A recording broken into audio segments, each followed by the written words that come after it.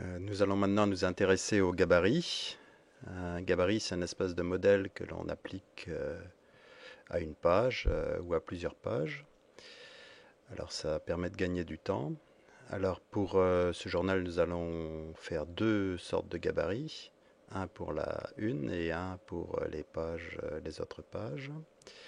Alors là, nous allons créer un nouveau gabarit spécial pour la une du journal. Donc nous écrivons journal. J'ai créé ici un nouveau gabarit, une du journal. Bon, sur cette une du journal, je vais appliquer un fond de couleur. Donc je vais sélectionner la page. Je trace un rectangle. Je fais apparaître la fenêtre propriété. Et je vais mettre des couleurs. J'ai agrandi la fenêtre parce qu'au départ, elle était comme ça, ce qui n'est pas très utile. Donc j'agrandis pour bien voir les couleurs. Alors, je veux appliquer un dégradé de couleurs sur cette première page. Donc ici, je clique à côté de normal, là, et je choisis dégradé vertical. Alors, pour l'instant, mon dégradé, il va de noir à noir, donc tick white, là. Et pour le deuxième, je clique sur le deuxième triangle. Je vais choisir, par exemple, azur. Voilà. Donc j'ai appliqué un dégradé. Je peux l'atténuer, ce dégradé, en cliquant sur la teinte, pour l'atténuer un petit peu. Voilà. Et je peux diminuer l'opacité. Donc je le fais ici pour bien voir mes traits en dessous. Voilà. Donc la une du journal est faite. Je retourne sur mon journal. Et là j'applique, je vais sur page, je mets appliquer un gabarit. Je choisis le gabarit une du journal et je l'applique. Donc voilà, ma première page est faite. La deuxième ne l'est pas. Je ne veux pas appliquer ce gabarit, je veux un autre gabarit pour cette deuxième page. Donc pour ça, je vais retourner dans gabarit. Et là, je vais créer un nouveau gabarit que je vais appeler page du journal.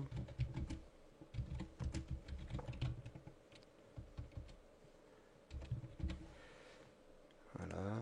Bon, ce gabarit est vide pour l'instant. Alors nous allons faire la même chose que pour la première page. J'aurais dû me rappeler du nom des couleurs, mais bon. Voilà, je fais mon rectangle. Je fais apparaître la fenêtre propriété. Je choisis les couleurs. Je fais un dégradé vertical. Je choisis ma première couleur et ma deuxième.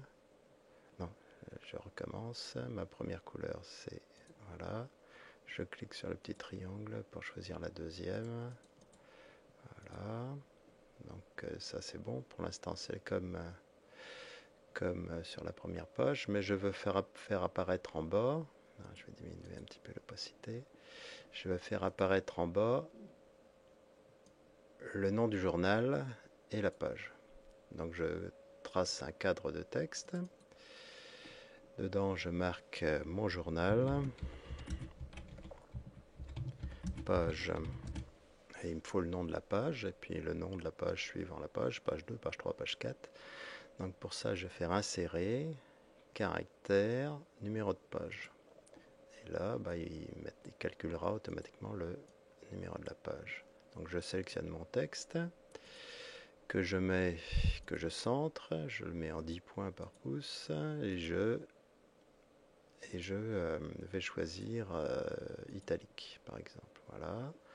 Donc je ferme cette fenêtre de propriété, je ferme mon gabarit, je vais sur la page 2, et là je mets page, appliquer un gabarit.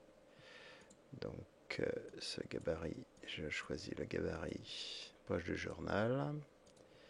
Voilà, il s'applique, je vérifie bien, en bas c'est bien marqué, mon journal page 2.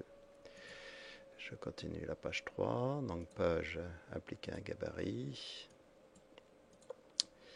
Donc page du journal, voilà. Même chose pour la page 4.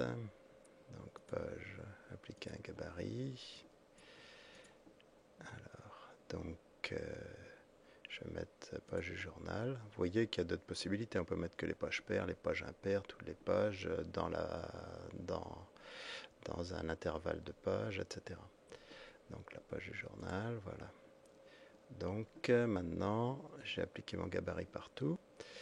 C'est intéressant aussi parce que je peux, une fois que j'ai appliqué mon gabarit, je peux aussi aller chercher les gabarits qui existent dans d'autres documents que j'ai déjà créés.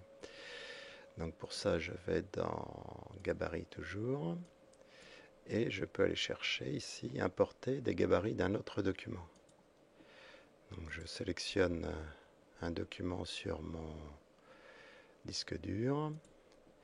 Voilà, je vais chercher par exemple des documents que j'ai créés pour un futur fichier d'expérience. Alors